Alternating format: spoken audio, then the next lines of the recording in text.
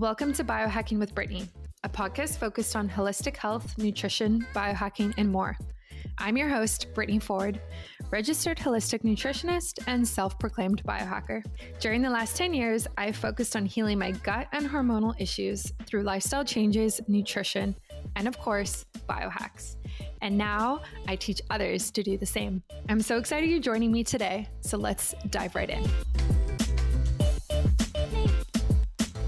Welcome to Biohacking with Brittany, the podcast where I share all about biohacking and my health journey. And today I have Tricia Nelson on with us, who is an author, speaker, and emotional eating expert, which is very cool because this is something that I actually see a lot with my own clients, but I've never really dug deep into it on a podcast episode before. So welcome. I'm very excited to have you. Thanks so much, Brittany. I'm super happy to be here. Awesome.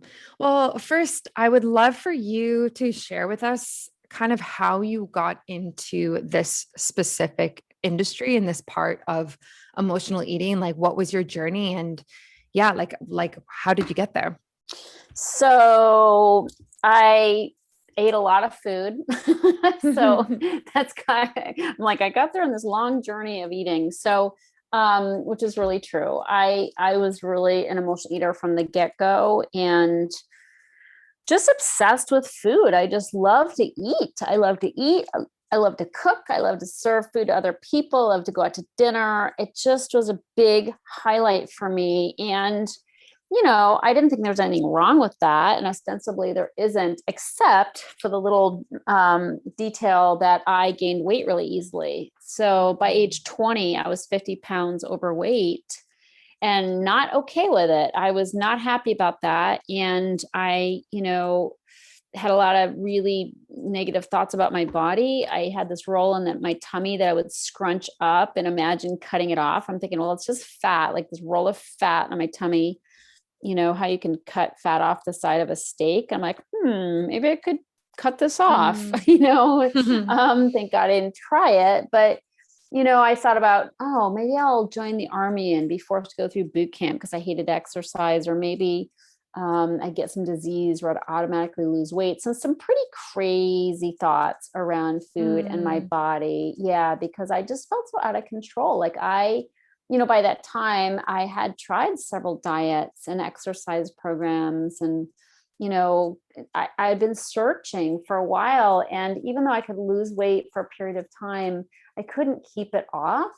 So I would end up putting the weight back on and just feeling really defeated by that. And by my really insatiable hunger too. So and I had 5 different sizes of pants in my closet because I was a yo-yoer. So I'd be up 30, down 20, up 10, down 20. I was all over the map. So I never knew what size I was going to be.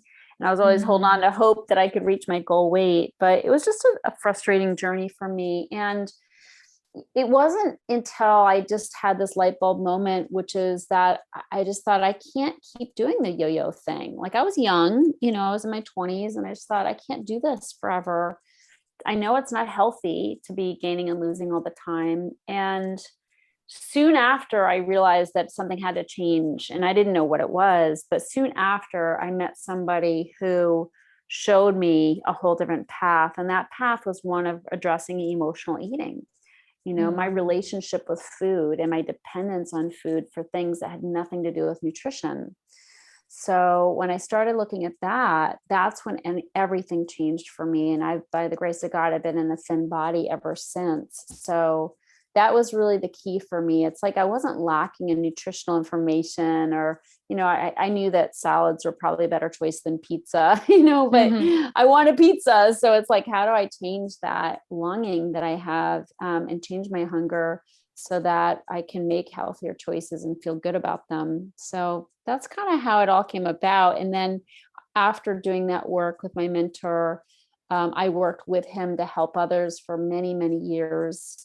Decades actually. And then not too long ago, about 4.5 years ago, I founded Heal Your Hunger as a way of really working online to help women around the globe with emotional eating specifically. You know, people are kind of beat up from the whole diet roller coaster ride and really are looking to heal the root causes of why they overeat. So that's how everything happened.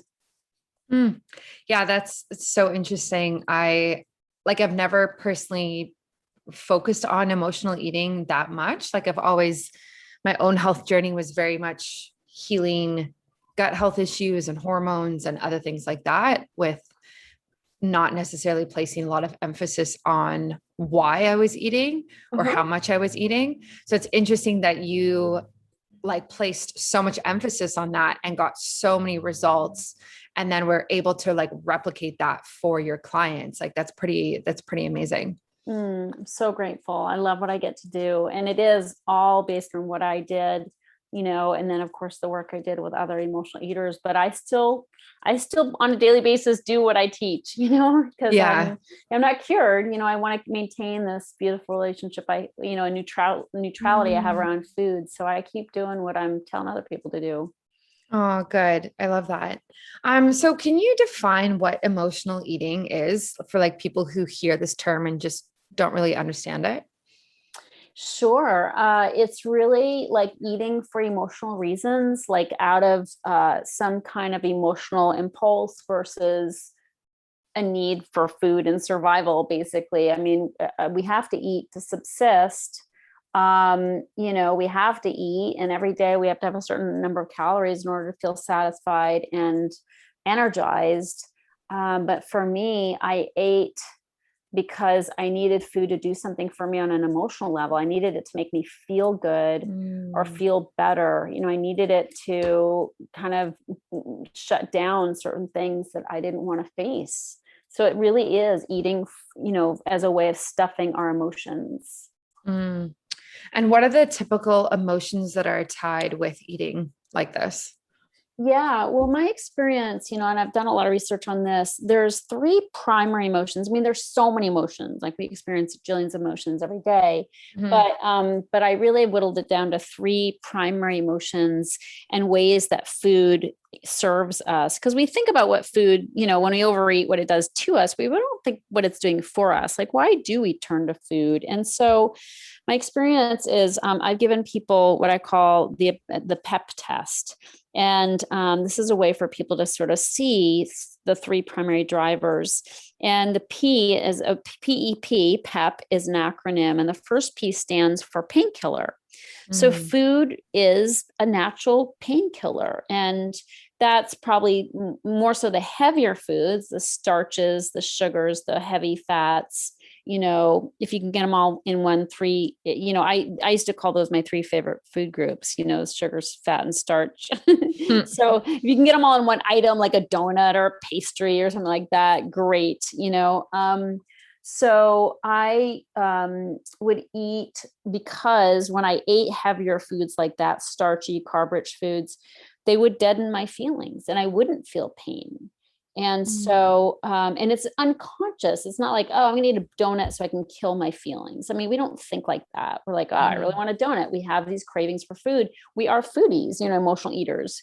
But it's more than just liking food. Like I was convinced, oh, I just like food until, you know, I really started taking a look at my relationship with food. And I saw that sure enough, you know, when I was craving heavy foods, is because I didn't want to face or feel what was going on. And pain is everywhere. I mean, it's, you know, if you have a relationship that's not working, if you have a job that maybe you've outgrown, but you're afraid to leave, or you get fired, you know, if you have a parent who's sick or a child who's dysregulated. I mean, life has plenty of pain to dish out.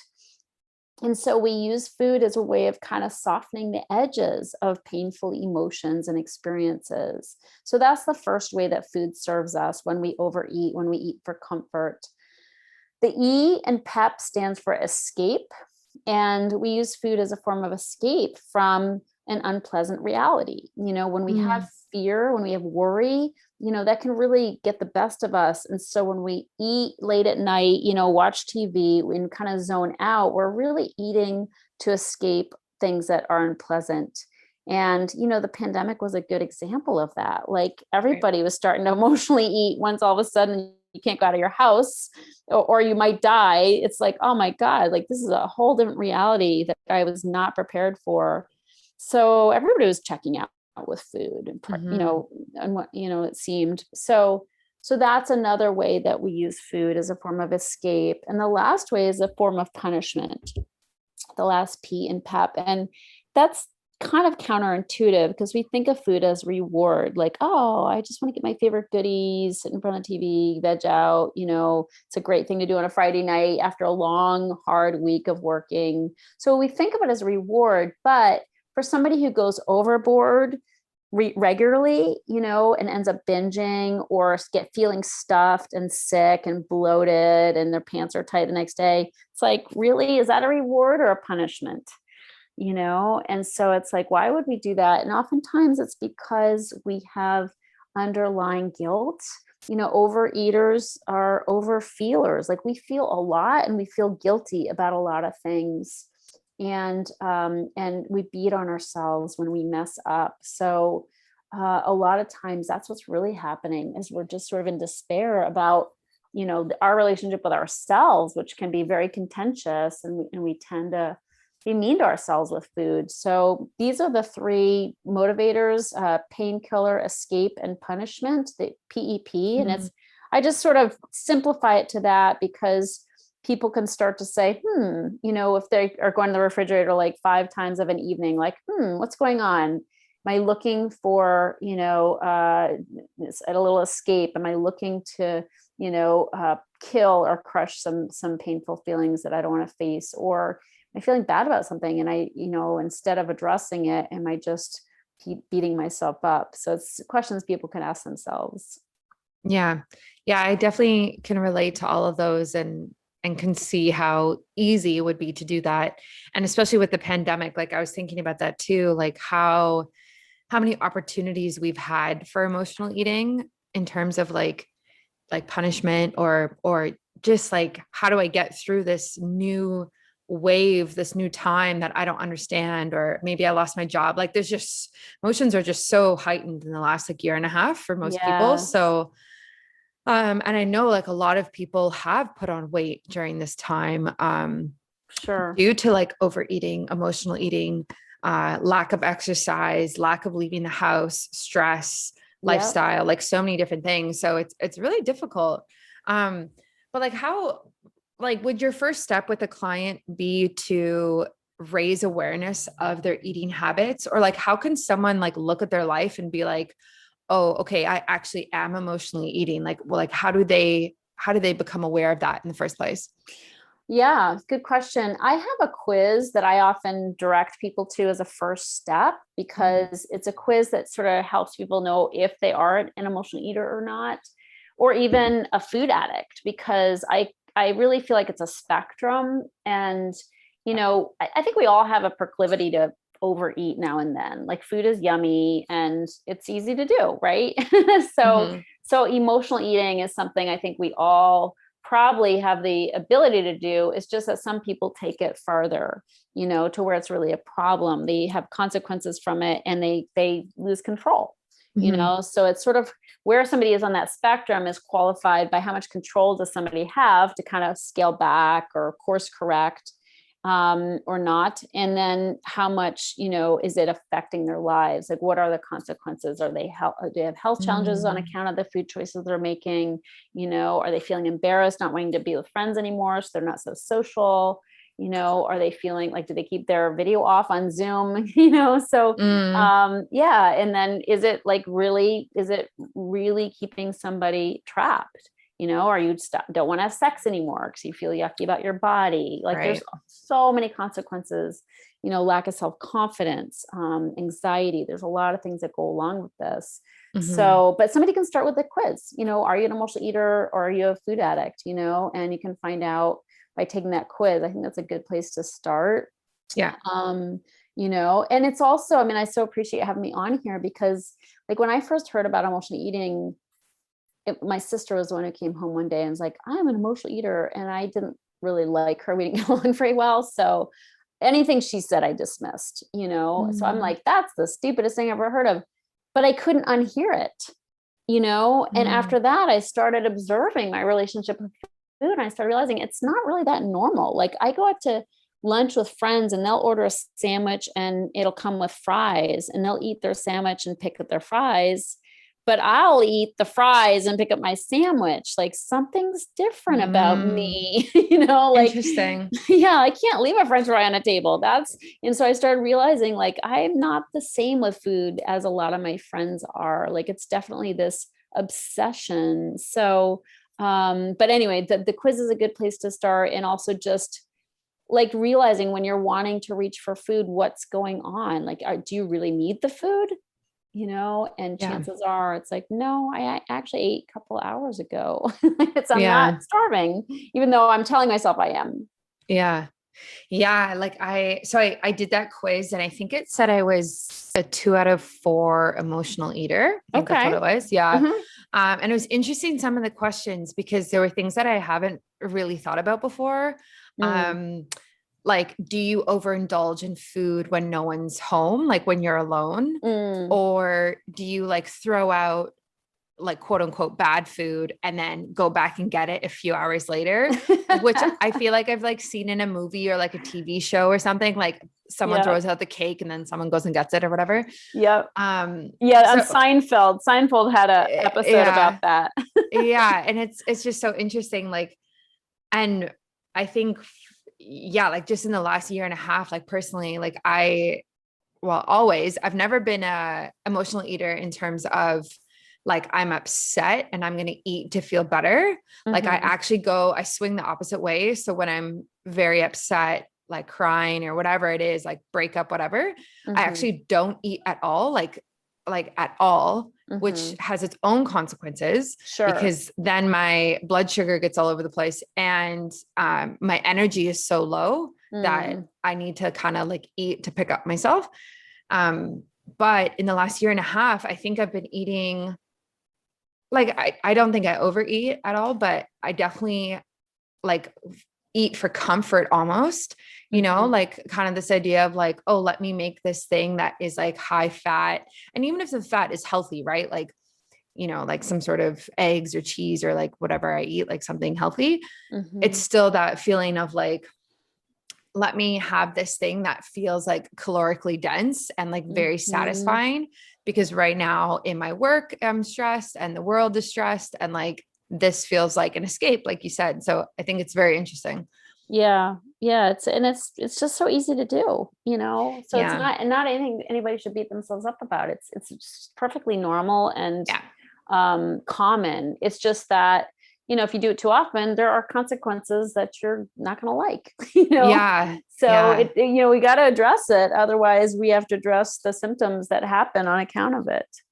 Where do you think that line is between, oh, let me eat a bag of chips in front of the TV, and oh, I'm actually doing this every single night? Like where is the line between, oh, this is okay, and oh, this is too much now? Yeah, well, as I said, it's a personal thing for one thing. Everybody has to Mm, diagnose themselves, but and the quiz can help. Like, just that can be eye-opening in and of itself. Like, oh, I'm a 3 or a 4. If you're 3 or a 4, it's a problem for sure, mhm. on that quiz. But it really is, level, like, how out of control are you? Because it feels really bad to feel out of control around food. Yeah. It just feels bad, and people are so out of control that they don't even want to eat. Mhm. Like, that's why Mhm. intermittent fasting's become such a fad for emotional eaters, at least. There's the science is good for intermittent fasting, but I find that emotional eaters use it like they use everything else as a diet hack, Yeah. weight loss hacks, in which case it's not going to work, like, Yeah. diets fail. um but also people like it if they're emotional eaters, because then they can stay away from the kitchen longer. And Mhm. they're so out of control of food. They're like, if I go in there, all hell's going to break loose. And I say to people, Mm. there's a better way. Like, you don't have to just not eat in order to stay in control. Like, that's not a winning solution, like it'd Mhm. be better to deal, to go deeper, deal with your emotions, find better ways to cope with stress. And then you can be neutral around food where you don't need it and you're not out of control with it. That's going to be a safer bet, because shouldn't be the enemy. It shouldn't be the enemy, and we shouldn't feel out of control. But the out of control thing is a big telltale sign if somebody's really like scared of food or scared or continually losing control. Like I was a binger. So, once I started, it was hard for me to stop.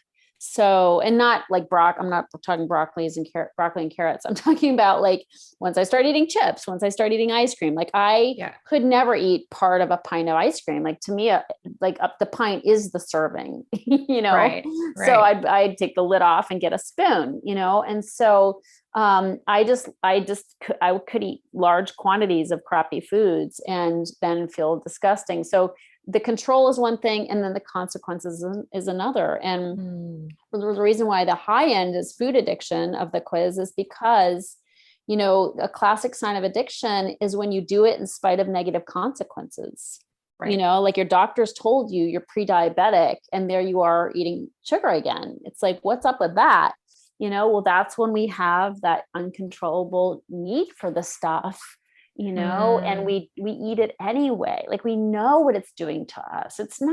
That's why diets are so limited in what they can do for us, because if you think about it, for anybody who's been struggling with food and weight for any length of time, they're not stupid. Like they're pretty much all nutritional information is similar, it's not really that out there. Like, it's, vegetables are good. Nowadays it's, limited fruit is good. You don't want too much sugar. And then proteins, healthy proteins, paleo is good. Low carb is typically considered nowadays a better way to go. So we're not lacking in nutritional information. We're lacking in the ability to follow through with what we know. Right. And that's really the key. Yeah. It's interesting hearing you talk about food addiction, because there's somebody in my family, extended family, and I see these symptoms in him. And it's very interesting when I go and stay there, because of course, like as a nutritionist, like I want to help and say something, but it's also like not my place. And like, I just don't feel like I'm an expert in order to like communicate and what would I say? And like, it'd be different if you were there, of course, like an expert. But for those people who have people like that in their lives where, maybe their partner is addicted to food and it's kind of just like snack after snack after snack, like every night, and it's never enough. Like, what do you even do? Or what do you even say? Because if you're different and you don't think that way and they think a different way and their actions are different, like how can you kind of gear them towards a healthier lifestyle? It's super touchy, and it's a great, question to ask, because people who have been dieting forever or have struggled with food forever have dieted a lot. And so the idea of getting healthy to them equates as or translates into dieting, because that's all that conventional wisdom has to offer. Okay. Doctors, they're simply, they're like, eat less, exercise more, eat sugar in moderation, eat sweets in moderation. These are all concepts that conventional wisdom will tell you, but for the emotional eater, they don't work. So when somebody, well-meaning tries to help somebody, somebody thin and well-meaning tries to help somebody who's overweight, and struggling, they're thinking, oh, they want me to just eat less, exercise more. Well, guess what? I've tried it. It doesn't work. They want me to eat sweets in moderation. Well, guess what? That doesn't work. The minute I eat a sweet, I want more sweets. And that was me. Like, why stop at one? Like, I couldn't stop at one. I wanted the whole bag. And so there's a sense of hopelessness that people feel, and they feel a sense of defeat because they think the only thing available to them is dieting. And that's why I'm grateful to be here, because that isn't the only way. addressing emotional eating, like I barely talk about food and nutrition in my program, only because I know people, if they already know, they just can't follow through. And so my goal is to help people like lighten their emotional burden, and help them de-stress and find new tools to turn to instead of food, when life is stressful, and also to like take new actions in their life so they aren't as stressed out, because emotional eaters also have a way of showing up in the world that creates more stress. Their personality lends itself to stress. And so I go there instead, because that's got nothing to do with food, and everything to do with what you end up eating. So, and I often say, really for emotional eaters, it's not an eating problem, but really a living problem. Yeah. Right. Because the eating is a symptom of how we're living. I'd love to quickly interrupt this podcast to ask you, do you know your biological age? Do you know your current hormone, vitamin, and mineral levels? Honestly, it's hard to know what's going on internally without getting tested. And traditionally, you'd have to go through your doctor or your healthcare provider to order these tests, go into a lab, and it would be a whole ordeal. And it would, it would take a while as well. For me personally, this has always been a hurdle for understanding what is actually going on and how to optimize my biomarkers and even know my biological age in the first place. Thankfully, though, we can order a at-home test from Inside Tracker that lets us do this. It tests for your biological age, your hormone, mineral, and vitamin levels. This is a very, very comprehensive test that lets you get a ton of data from a single kit without having to go to a doctor or go to a lab or really leave your house. If you're looking for the ultimate blood test, try Inside Tracker, which includes testing 43 different biomarkers and the option to test your inner age and your DNA. You can use my discount code BiohackingBrittany for 25% off all of their products, and you can go through there through the link in my show notes or my website and get tested today. Yeah. So say I'm just like thinking of when this happens for me. So say I've had like a really crazy day at work and I like grab a bag of healthy chips. Do those exist? I don't know. And I like sit down and I put like Netflix on and I'm eating chips. Okay.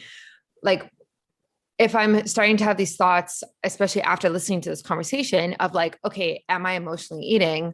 Oh, yes, I am, because, I'm trying to find comfort after a stressful day. And to me, lying on the couch, eating, watching Netflix feels very comforting. Mm-hmm. So after you've had that like realization of, yes, I am emotionally eating, no matter what that looks like, whether it's comfort or pain or anything like you previously said, like, what is the next step? Like, do you just put down the food, or like specifically, like what do you do once you're aware of it?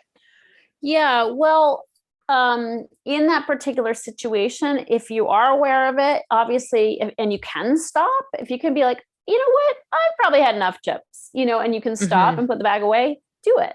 That's important. But I will say it's easier to start before the chips get bought. And so having chips in the house, probably not a good plan if you tend to overeat on them. Right. And I would want the whole bag. Yeah. Like, yeah. I'm a carb addict. I'm a sugar addict. Give me one. I want it all. But my experience is it's really too late when we have the chips in hand. And what's a better way to go is really to start, looking at our stress levels and looking at, our resources for energy, for emotional stability. And that starts earlier, like in the morning, for instance. So I teach something that's what I call the 6 self-care success secrets. And I have people start their day with some kind of morning routine that can help them get still and quiet and connected to their source. Okay. Source with a capital S. And so, some kind of spiritual source, some kind of sense of oneness with the universe or nature or God, whatever you want to call it, and whatever speaks to you. But when we tend to pop out of bed, go answer emails, text, make phone calls, whatever. And we start the day with stress. And it's really important to carve out time in the morning, even if you have to get up earlier than everybody else in the house. It's so worth it. Like carve out time where you can meditate or pray or do stretches with sweet music, spiritual readings. I do a combination of all these things in the morning as my morning routine, so I can get connected with my divine spirit. And when I do that, that is going to fill me in a way that, that I can draw on later in the day. So I call it putting money in the spiritual bank account. And so I can draw on that later in the day when I'm stressed, when I've built up all these different stressors from everybody needing something from me through the day, or going from here and there and everywhere, one thing to the next, because we're going to be stressed out by the end of the day. So we have to find ways to de-stress, or to be in a more centered place, so we don't act stressed, or add stress that's unnecessary in our day. And when we're grounded and connected with ourselves, we tend to be saner through the day. We tend to make better decisions. And another thing that's really important for emotional eaters, that's very rare for emotional eaters, is setting boundaries in our time. Not taking everything on. As emotional eaters, we're typically people pleasers. We get a sense of ourselves from doing for others, from getting girls from others, and so it's really important that we, take a look at that. Like, what am I doing in my life? And do I need to be doing everything I'm doing? Or am I doing it just because I want to be well thought of? I want people to approve of me, or they'll be mad at me if I don't do it. What committee can I excuse myself from? Do I have to do everything? And we tend to just take on too much, put too much on our plate, so to speak. And that causes stress. So there's a lot of sort of systemic issues at hand that have nothing to do with food, but everything to do with why we end up eating at the end of the night, things we don't really want to eat, or things we know won't feel good after we've eaten them. So it's really, the moment when we're eating on the couch, watching YouTube or Netflix, that's a little too late, Right. It's going to happen if we don't kind of go macro on our lives and see, where can we cut out stress? Where can we start filling, our cup with more nourishing things than chips and candy? Where can we really get the nourishment we need? Because it's really not food we're hungry for. Yeah. Oh, I agree with that. I think it's just reflective of something else that may be missing, or something deeper that is going on. If I just find this so interesting, and I totally agree with not having the stuff in the house. Like, I've always been like that. Like, I don't want to buy chips. I don't want to buy any of that, because I know that if it's in the house, I'll eat it. Yeah. So it's too easy. My boyfriend's not an emotional eater, but he's like, if you buy potato chips, I will eat the whole bag. Like, that's his nemesis, Yeah. And it's like, everybody's got something, and it's just easy to do. It's snacky foods are very consumable for a reason, and they're usually not the healthiest choices for us. Yeah, exactly. Yeah. So when I go grocery shopping, I'm very careful of what I bring home and how big it is to portions and all that type of thing. Cause I think you're right. Like, by the time you're sitting on the couch eating it, it's a little too late. Yep. Hard to close that bag. That's for sure. Yeah. Do you find that there's more people who are emotional eaters, or more people who are food addicts? Probably emotional eaters. I think we all, I think we're hardwired to have an emotional connection with food. So I think that, it's more common to just once in a while go overboard, or once in a while gets, stuff yourself, not meaning to. The food addiction is a real addiction. I mean, it's an addiction. It's a more of a process addiction. Like, it's you have to eat. So it's sort of like sex. Like, you kind of, you don't have to have sex, but sex, sex addiction is kind of one of those things where you have to draw the lines somewhere, but it doesn't mean you have to have total abstinence. You can't have total abstinence from food like you can from alcohol or drugs, which is why it's trickier and why you have to go deeper. If you can just put the plug in the jug, you just stay away from alcohol and it's not really a temptation. But when you have to take that tiger out of the cage 3 times a day, pet the kitty, and then put it back in the cage without getting your ass torn off, that's like, that takes some more, you got to be more conscious. You have to be more emotionally stable. You have to be more spiritually plugged in order to do that. 'Cause that's tricky. Yeah. I also just wonder how much of this is like rooted in our childhood and like what we learn about food and our bodies as children and like what we see our parents do. Like there's got to be some sort of like correlations there. Absolutely. No question about it. And I have a lot of moms talk to me about their kids who are, addicted to food. My sister's child is addicted to food and she sneaks foods and she's total sugar addict. And my sister can tell when she's been binging because she's 12, her face blows up, and my sister has her own issues with food that she's been in recovery for a long time, but it's, the apple doesn't fall far from the tree. And it's, but I have a lot of moms talk to me about their kids and I say, there's there's things you can do, but you're very limited as their mother. Like they have their own path. I mean, my mom had issues with food when I was, younger. And I also genetically got it too. Both my parents were overweight when they were younger. So I have that genetic disposition to gain weight easily. But it's, food is our teacher. And I just try to tell moms, like, your kid's on their path and they're going to have to figure it out. Focus on yourself. Because when you're hyper focused on your kids eating, it's not going to help. And so focus on your own relationship with food. I mean, I don't know anybody who couldn't use an up level in their relationship with food. Right. So I say, just focus on your own, like try to get healthier yourself. And that's going to make it, like when you feel better about yourself, when you feel better about your body, it's going to energetically translate, to some degree. And also just, know that you can't control your kid. If it's really an addiction, it means they're powerless and it means you're powerless, like you can't fix it. Yeah. That's so hard though. Like it's way hard.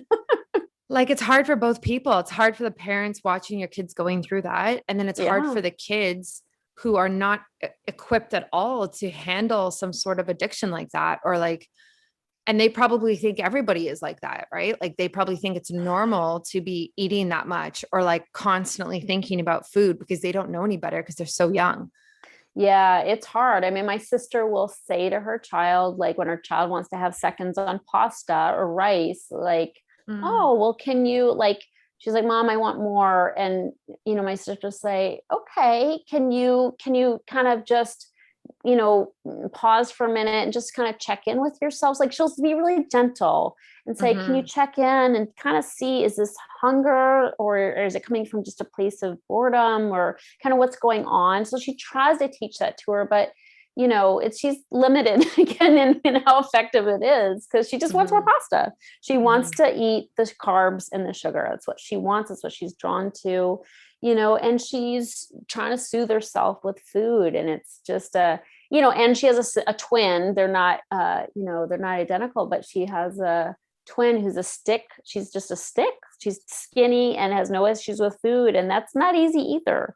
To have that difference, you're putting on weight and your twin is like, twiggy. So it's just not easy, but we all have crosses to bear. And I mean, frankly, my relationship with food, as hard as it has been to negotiate, has given me a path of freedom, and it's, I mean, I wouldn't be the person I am today if it hadn't been for being driven by my relationship with food to find a solution. I mean, I meditate every day. Like I wouldn't do that if it weren't an integral part of my just being peaceful around food. Like that's what keeps me doing it. And I've been doing it for a lot of years. I'm just a better person because I've needed these new tools of self-care and self-reflection, self-awareness. I've had to do a lot of work on myself and my stuff because what you said earlier about it being familial, not only genetic, not only, monkey see, monkey do, parent, kids modeling their parents. but also trauma. I mean, anybody who's had trauma as a kid and has the propensity to gain weight typically will use food as a form of self-soothing. Something. It's not easy to find, options as a kid to deal with tough stuff, and food's right there. So it's a very common thing that people will use. So definitely goes back. So I've done a lot of work, but it's made me a happier, healthier person overall. And so none of it would have happened, I don't think, if it hadn't been for food driving me, So we all have teachers, nobody a friend of mine says all God's children got problems, we all got something, right? But this is a problem for which the solution will make you better and happier, possibly, than if you hadn't had it in the first place. Yeah. Not that it's true. Easy, it's a path. It's definitely a journey, and it takes years. Yeah. Yeah. But I mean, the nice thing is, and what I'm grateful for is, based on the experience I had and what I practice, is I put in a very easy step-by-step process, like easy, maybe not simple, a very clear-cut process for overcoming it, which helps people a lot, because there can be a lot of nebulous advice around food, like just eat in moderation, which we've already talked about, doesn't work for an emotional eater, or just use intuitive eating. Again, for an emotional eater who's like compelled, that's hard. Like they'll get mixed messages about what's intuitive, mindful. Some of these terms, while very good, aren't specific enough for the emotional eater who's kind of jonesing for a fix. So I just put it in very practical terms, and instructions to make it easier for people and take the guesswork out of it. Yeah, good. I love that. I love when it can be laid out easily for the people to understand and follow, and really just like feel a difference on. And that's really exciting. And I want people to have those results, and I want people to work with you if they hear this and they're like, yes, this is me. Like, I'm addicted to food, or I definitely eat when I'm emotional. That's definitely what I want. So where can people find you, and how can they connect with you after this? Sure. My website is healyourhunger.com, HEAL, healyourhunger.com. And that quiz is on that website, right there front and center. So definitely, people can find the quiz there. It's free. It takes 3 minutes. And then I am on Instagram at Tricia Nelson _ after the N in Nelson. So Tricia Nelson _. And also have a free Facebook group, which is The Secret Sauce to End Emotional Eating Now. And lastly, I have a podcast called The Heal Your Hunger Show. And I talk a lot about the things we're talking about today. And I often talk a lot from my personal experience and personal life, which makes it kind of fun and interesting. Cool. I love that. Well, I'll definitely link that in the show notes, and everywhere that this gets published, so people can find you. Thank you so much for coming on today. I learned a lot, and this was a great talk. Oh, thank you so much. And I love what you're doing in the world to bring people, to a greater place of health and healing. So thank you. Awesome. Thank you so much for tuning in today. As always, feel free to screenshot this episode and tag me if you'd like me to respond. I really hope you enjoyed it and learned something new. If you have a question about your health, my DMs are always open, and I'm currently taking new clients. Thanks, and see you next time.